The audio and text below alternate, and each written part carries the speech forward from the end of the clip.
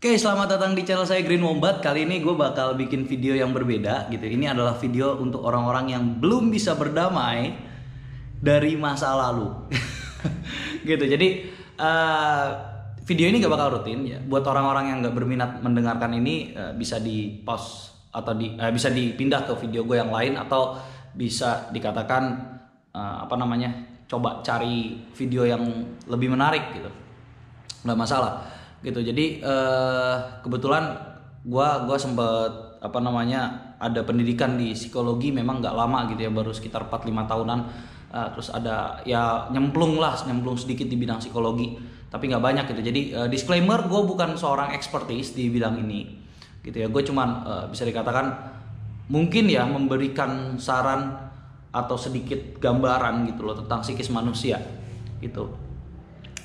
Jadi tentang perbucinan gitu. Kenapa muncul postingan ini? Karena bisa dikatakan mungkin ya dulu selama 5 tahun gue tinggal di Bandung, gue banyak kenal sama orang yang umurnya agak lebih muda dari gue gitu.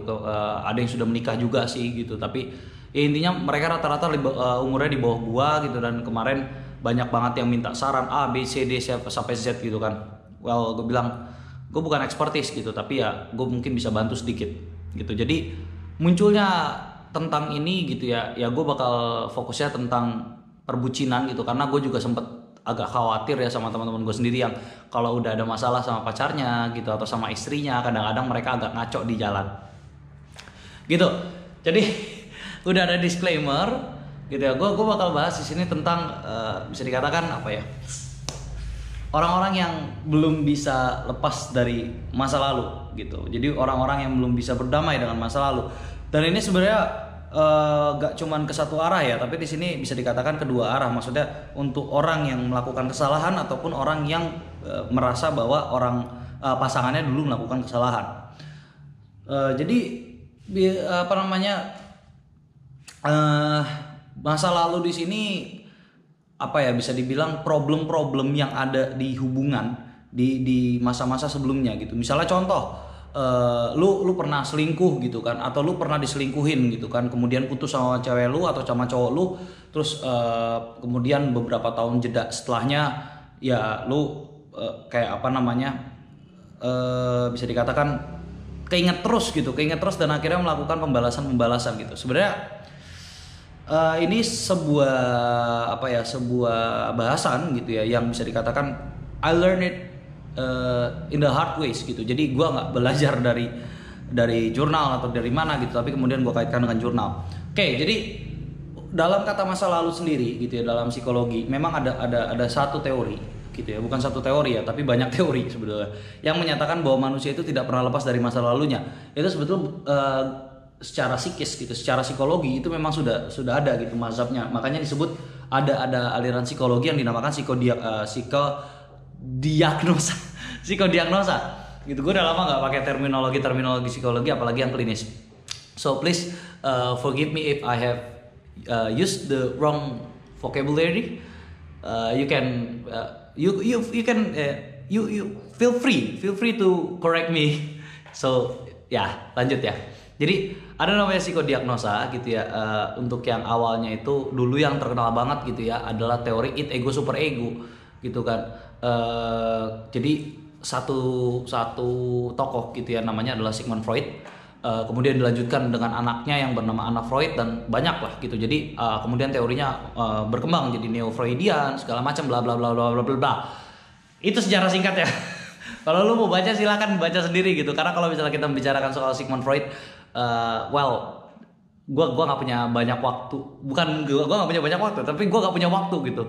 Lebih tepatnya gue nggak akan pernah punya waktu untuk bahas si Freud gitu, karena bahasannya panjang banget, sangat kompleks gitu. Oke. Jadi memang ada bahasa kalau misalnya manusia itu tidak bisa lepas dari masa lalu. Sebagai contoh, orang yang dulu masa kecilnya masa oralnya kurang, maka dia masa besarnya itu banyak atau kecenderungan seperti merokok gitu, smoking gitu, terus apalah gitu yang membuat mulutnya itu agak ngerenyem gitu kan. Bahkan ada yang mengkaitkan, walaupun gua nggak tahu ya ini teorinya bisa dikatakan valid atau enggak, tapi ada yang mengkaitkan dengan stress eating disorder.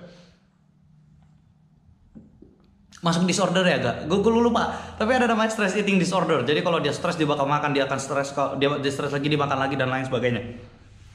Gitu. Gue harap gue punya itu karena gue terlalu kurus. Gitu. Nggak itu bercanda. Jadi gak usah terlalu serius ya. Jadi bisa dikatakan tiap manusia itu memang punya keterkaitan dengan masa lalu gitu. Tapi di sini sebenarnya manusia individu. Jadi manusia itu kan seorang subjek ya. Jadi dalam terminologi psikologi itu sudah lama ditinggalkan kata objek.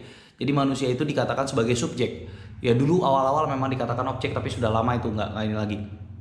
Jadi manusia sebagai objek. Kenapa dibilang sebagai objek? Karena mereka adalah pelaku gitu. Jadi dalam interaksi antar manusia itu tidak ada yang namanya objek, dua-duanya adalah pelaku gitu kan. Jadi kalau misalnya lu punya pasangan, pacar lu ini berarti lu juga akan merespon seperti ini, pacar lu begini lu akan merespon seperti ini.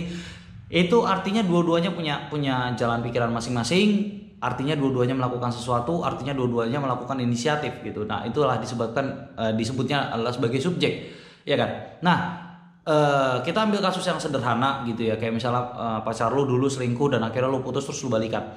Sebenarnya konteksnya di sini bukan lu melakukan hal yang bener gak sih gitu. Anggaplah lu sebagai orang yang diselingkuhin gitu. Lu bener gak sih balikan sama dia gitu.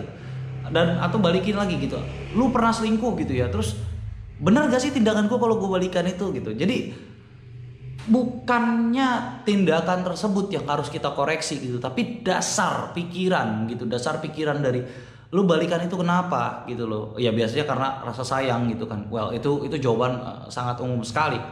Tapi tetap yang dilihat di sini adalah perilaku lu tuh bagaimana gitu. Jadi behavior lu tuh seperti apa. Jadi oke, lu mau balikan. Anggaplah misalnya gua selingkuh gitu ya sama pacar gua terus gua putus gitu ya. Misalnya sekarang 2020. Anggaplah sudah 4 tahun gitu. Misalnya 2016 gua pacaran terus gua selingkuh gitu. Terus kemudian 2020, 2021 jadi 4-5 tahun gitu ya. Terus gua ketemu lagi sama pacar gua terus gua kayak deket lagi sama dia terus gua bakal balikan. Pertama dari diri gue sendiri dulu ya. Jadi dilihat dari diri gue sendiri dulu. Gue dulu selingkuh kenapa gitu loh. Dan alasannya seperti apa gitu loh. Kenapa gue selingkuh. Dan kira-kira gue bakal ngulang itu lagi apa enggak gitu loh. Jadi kayak misalnya oh gue selingkuh karena lu seperti ini.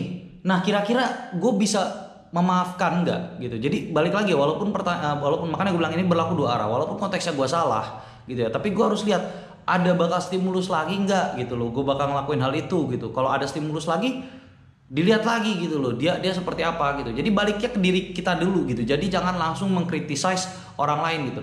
Tapi kita itu bisa memaafkan nggak perilakunya dia gitu loh, yang bikin kita selingkuh gitu. Ya mungkin agak terdengar sedikit aneh ya gitu ya. Ini terlepas dari kecenderungan penyakit mental ya. Jadi gue bahas soal orang yang sehat psikisnya. Oke, jadi gue dulu selingkuh. Misalnya dulu dia terlalu cuek sama gue gitu kan. Gue selingkuh terus putus 2015 2016 gue putus terus gue balikan lagi sama dia. Ya gue bisa nggak nerima gitu kalau dia tuh nggak cuek dia tuh cuek gitu loh. Kalau misalnya gue bisa nerima dia cuek ya udah gitu loh. Jadi itu yang disebut dengan berdamai dari masa lalu. Dan nggak cuman itu ya, nggak cuman itu bisa dikatakan masalahnya sepele banget, cuman gara-gara cuek terus selingkuh itu kayaknya agak aneh juga.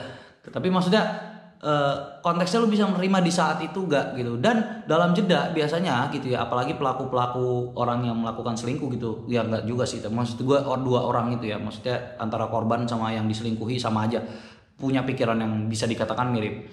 Dalam jeda waktu sebelum balikan gitu ya, itu lu bisa gak percaya gitu atau lu bisa gak nerima gitu. Jadi kategorinya kalau orang yang sudah berdamai dengan masa lalu itu benar-benar dalam masa lalu gitu. Jadi nggak diungkit lagi. Balik lagi ya, I learn it in a hard ways gitu. Jadi gue berharap jangan ada yang belajar dengan cara seperti itu gitu, karena it is really painful gitu buat psikis lu gitu, dan itu akan mengganggu pikiran lu dalam jangka panjang gitu. Makanya gue bilang, untuk pelakunya gitu ya, kalau dia memang bisa menerima pacarnya, ya udah dia terima pacarnya di 2000, misalnya balikannya sekarang gitu ya 2020, berarti dia menerima pacarnya di 2020. Nggak ada lagi kasus 2016, nggak ada lagi kasus putusnya misalnya 2017, berarti nggak ada lagi kasus 2017 gitu, atau mungkin putusnya bulan lalu, nggak ada lagi kasus bulan lalu. Stop sampai di situ gitu loh. Jadi lu balikan sama dia, yang lu lihat adalah dia saat itu gitu loh. Mau dia berubah gitu ya, berubah seperti apa, misalnya rambutnya jadi botak atau gimana, ya itulah dia yang lu terima tuh itu gitu. Nah sama, anggaplah gue diselingkuhin, misalnya gue sama ya tahunnya 2016 sampai 2017 misalnya, terus gue balikan di 2020 2021, gue bisa nggak sih maafin dia gitu loh. Terus gue bakal koreksi lagi, dia itu selingkuh gitu loh, gue marah sama dia karena dia selingkuh. Nah gue bisa nggak sih memaafkan itu gitu. Nah terus kalau misalnya gue udah bisa memaafkan gitu ya, kira-kira apa sih yang bisa preventing gitu loh, preventing itu. Dan ada satu lagi pikiran yang harus diterapkan di sini, pikiran bahwa kalau dia pernah selingkuh, jangan sampai gua selingkuh juga gitu loh. Lu gak suka diselingkuhin, maka jangan balas dendam gitu. Karena balik lagi, kita melihat pasangan kita itu di masa yang sekarang gitu. Jadi misalnya gua balikan nih, misalnya gua sekarang nih, gua ketemu mantan gua terus gua balikan sama dia gitu kan. Oke, gua terima dia saat itu gitu. Gua gak bakal ngungkit lagi kesalahan-kesalahan dia di masa lalu gitu loh. Oke, lu pernah selingkuhin gua, lu jangan sampai selingkuhin gua lagi. Kalau lu sampai selingkuhin gua lagi, ya putus berarti. Oke, jadi itu gitu ya. Jadi karena dua-duanya subjek gitu loh. Jadi kalau misalnya gue diselingkuhin, ya udahlah gitu. Kalau misalnya emang gue nyaman ya udah gitu. Tapi bener-bener gak ada pengungkitan masalah itu lagi, masalah itu lagi gitu. Karena nanti akan berbalas-balas gitu loh. Karena kalau dalam sebuah relasi, dalam sebuah hubungan gitu ya, perilaku berbalas-balas itu tidak sehat gitu. Ya udah stop sampai situ. Jangan ada pikiran, alah gue pengen balas gitu kan. Ya kalau lu cuma pengen balas dendam, itu nanti orang itu akan balas dendam lagi gitu, walaupun konteksnya lah kan lu duluan yang mulai gitu. Lah masalahnya adalah saat orang melakukan kesalahan gitu, bukan kesalahan, saat orang melakukan perilaku sesuatu gitu ya, perilaku apapun itu, bahkan sekalipun perilakunya dianggap norma itu salah gitu ya, dia pasti punya reasonnya apa gitu loh. Makanya gue bilang dalam pasangan gitu, walaupun ini it is hard to be to be taught, tapi dalam sebuah perilaku itu antar manusia, interaksi antar manusia yang sehat ya, balik lagi yang sehat itu selalu ada dua arah gitu loh. Jadi bukan berarti lo harus nyalahin diri lu sendiri gitu. Oh gue dulu dia selingkuhin gue gitu, mungkin karena gue jelek, gue kurang perhatian apa gimana. No, you don't have to blame yourself. No, tapi di sini kategorinya adalah pastikan orang itu dia menerima lu apa adanya gitu loh. Jadi lu bahas, kayak misal lu bahas, lu dulu selingkuhin gue, sebenarnya gue nyaman sama lu, gue masih sayang sama lu gitu, gue nggak akan bahas misalnya seperti itu. Tapi lu harus tetap tegas gitu loh. Lu tanyain gitu, lu tuh dulu selingkuhin gue tuh kenapa sih gitu loh, lu kenapa dulu selingkuhin gue gitu loh. Lah sekarang ada iklan, lah sekarang lu minta balikan gitu, atau gue minta balikan terus diterima gitu. Lah lu kalau misalnya udah balikan sama gue, bakal ngulang lagi apa enggak gitu. Jadi tetap ada penegasan ya. Jadi bukan berarti lu you don't blame yourself. No. Jadi tetap gitu, walaupun konteksnya lu diselingkuhin gitu ya, dan memang kita harus berpikir apa sih basic perilakunya dia itu seperti apa. Tapi nggak bisa gitu, nggak bisa kita menyalahkan diri kita sendiri. Karena apa? Kalau lu terlalu menyalahkan diri lu sendiri, jadi kategorinya adalah lu terlalu menyalahkan diri lu sendiri gitu ya. Ya nanti gak akan ketemu jalan keluarnya. Jadi yang sehat bagaimana gitu. Jadi sebelum komit gitu ya, lu mau balikan gitu ya, antara yang diselingkuhin atau yang nyelingkuhin, oke, kita ngobrol baik-baik gitu ya. Kita ngobrol baik-baik, gue maafin lu gitu, gue juga minta maaf ya. Jadi kategorinya dua-duanya gitu, yang satu minta maaf, yang satu maafin gitu kan. Tapi kita obrolin nih, dulu lu selingkuh kenapa, alasan lu selingkuh itu apa gitu loh. Oke, dijabarin sama dia, makanya dua-duanya harus being honest gitu ya. Oke, alasannya seperti ini, alasannya seperti ini gitu kan. Oke. Kemudian dibuatlah kesepakatan atau garis tegas gitu ya, garis tegas dalam sebuah relasi. Makanya dalam sebuah relasi, dalam sebuah entah itu pacaran atau pernikahan, jangan pernah takut membuat sebuah batasan gitu. Karena walaupun kategorinya adalah walaupun lu itu dikatakan sudah pacaran atau sudah menikah gitu ya, she or he didn't own you 100% gitu. Karena gue balik lagi, lu berdua itu manusia, dua-duanya punya pikiran, entah yang perempuannya entah yang laki-lakinya, dua-duanya tuh punya ini gitu. Jangan merasa diri lu sebagai benda atau jangan merasa diri lu superior terhadap pasangan lu. No, dua-duanya punya akal, punya pikiran, punya otak gitu loh. Jadi komit gitu loh. Nah terus pertanyaannya, bagaimana kalau misalnya gue nggak bisa komit gitu? Misalnya contoh yang laki-lakinya gitu, gue dulu selingkuh karena lu cuek sama gue coy gitu. Ya udah, kalau misalnya emang itu orang begitu cuek ya, itu udah dasar gitu. Terus lu terima nggak kalau lu cuek lagi gue bakal selingkuh lagi? So no, buat orang-orang yang selingkuh alasan tersebut, alasannya terus masih bisa dilakukan kembali ya, jangan gitu. Karena berarti lu udah nggak bisa sama orang itu gitu. Lepasin aja, berarti bukan jodoh lu, udah gitu loh. Simple banget gitu, tapi susah dilakuin gitu. Karena apa? kategori sayang, cinta itu ya buat apa gitu kalau misalnya memang hanya memberikan dampak negatif gitu. Karena yang ditakutkan adalah saat lu cinta terus tapi lu mendapatkan dampak negatif itu terus-terusan, lu akan berbalas gitu loh. Sama orang yang diselingkuhin juga sama. Contohnya gue diselingkuhin misalnya, ini misal aja, misal gue diselingkuhin, oke, gue diselingkuhin, gue ketemu sama orang yang dulu nyelingkuhin gue, dia minta balikan, gue bilang oke, gitu ya. Tapi gue masih takut nih, gue diselingkuhin lagi, gue masih takut diselingkuhin sama lu. Ya udah jangan balikan, dah gitu aja gitu. Walaupun dibilang, tapi cewek gue cakep banget, mantan gue cakep banget, udah cakep, tajir gitu. Wah, gue kalau nikah sama dia ini banget lah gitu. Atau misalnya baik banget orangnya gitu kan, seksi banget orangnya apa gimana, apapun alasannya gue nyaman banget bro sama dia. Tetap jangan. Kalau lu ya udah pernah diselingkuhin dan lu gak bisa maafin, ya udah gitu loh, berarti lu gak bisa damai sama diri lu sendiri. Makanya kalau misalnya dikategorikan sebagai berdamai, ya itu dua-duanya berdamai, gak cuma salah satu gitu. Dan kemudian ada omongan, ya tapi gue pengen berjuang gitu, gue pengen ngasih dia kesempatan segala macam yang kayak gitu-gitu. Itu udah beda urusan. Lu ngasih kesempatan kalau misalnya memang ya ada kategorinya, ada memangnya gitu, memang dia ada intensi buat berubah. Kalau dia ada intensi buat berubah, berarti dia ada komitmen untuk melakukan perubahan gitu.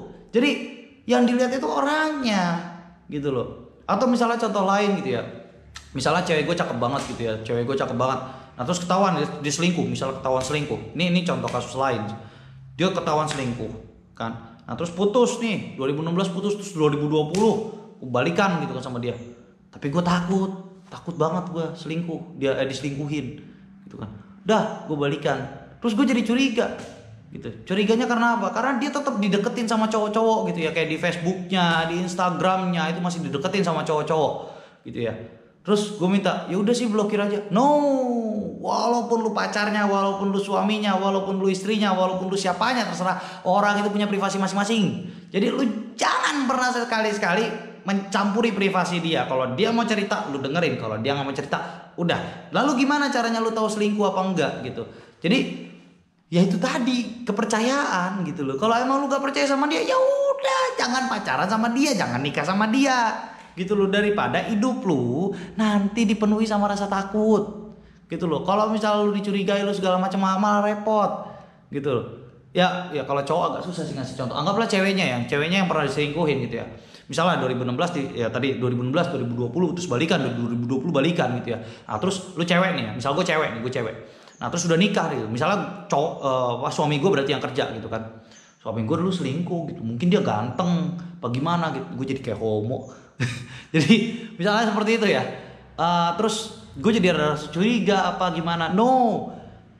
Kalau misalnya emang lo ada rasa curiga kayak gimana, harusnya dari awal itu ya udah, gak usah nikah sama dia. Tapi kalau udah terlanjur nikah gimana? Ya udah komit gitu loh. Karena yang lu lihat itu bukan perilakunya dia, bukan perilaku orang sekitar dia, tapi perilakunya dia yang lu lihat. Gitu loh. Perilakunya dia yang lu lihat gitu loh. Karena kalau misalnya lu cuma ngambil parameter-parameter lain kayak misalnya, ceweknya masih suka update-update soal tuh cowok apa gimana. No, salah. Yang dilihat itu pasangan lu gitu. Yang menjalani hubungan itu berdua. Kenapa harus mikirin apa kata orang? Gitu loh. Gue dulu pernah baca status dari teman gue yang baru nikah. Jadi katanya buat orang yang ngomong suami gue gak bisa apa-apa gitu. Terus gue komen, itu biasanya yang ngomong kayak gitu berarti suaminya yang gak bisa apa-apa sebenarnya. Nah itu fokusnya gitu loh. Kalau emang lu udah percaya sama dia, lu nikahin dia gitu loh. Jangan pikirin apa kata orang. Sama dengan pacar gitu ya. Jadi bisa dikatakan kompleks ya gitu. Terus kan tadi dibilangin orang manusia itu nggak bisa lepas dari masa lalu. Terus kalau lu bilang berdamai, betul gitu kan. Orang memang nggak bisa lepas dari masa lalu. Tapi kan bisa dilihat responnya. Sebagai contoh, misalnya gue diselingkuhin gitu ya, sakit gitu kan. Terus 4-5 tahun gue mulai recovery. Terus pas gue ketemu sama dia biasa aja gitu loh. Bahkan gue bisa nyaman gitu. Artinya lu udah berdamai sama dia gitu loh. Tapi kalau misalnya gue ketemu sama dia gitu, terus misalnya gue deket sama dia, terus gue ada rasa takut, itu artinya lu belum damai. Enggak, lu belum berdamai sama masa lalu. Jangan diterusin kalau yang kayak gitu. Stop gitu loh.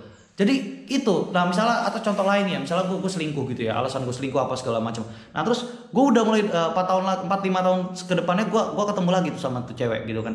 Terus gue deketin dia segala macam, makin cantik ya, makin baik ya, makin nyaman gitu. Terus waktu gue deketin, gitu ya kok cuek lagi gitu. Terus gue mulai ada pikiran buat cari yang lain apa gimana. Ya udah stop sampai situ. Berarti lu bukan jodohnya dia. Gitu. Dia juga bukan jodoh lu. Udah gitu aja, daripada lu melakukan hubungan tanpa didasari rasa percaya. Karena lu melakukan hubungan tanpa didasari rasa percaya, cuman ada rasa curiga, baterainya mati. Jadi kalau lu melakukan hubungan dengan ada rasa curiga doang gitu ya, lu cuman bakal ngebuang-buang waktu lu. Lu bakal sibuk curiga, dia ngapain aja segala macam, pasangan lu ngapain aja segala macam gitu. Dan akhirnya hal-hal bonafit yang bisa lu lakuin sendiri atau berdua itu semuanya blas hilang. Gitu. Jadi itu aja dari gua, panjang juga 20 menit. Sekian dari gua, Green Wombat out.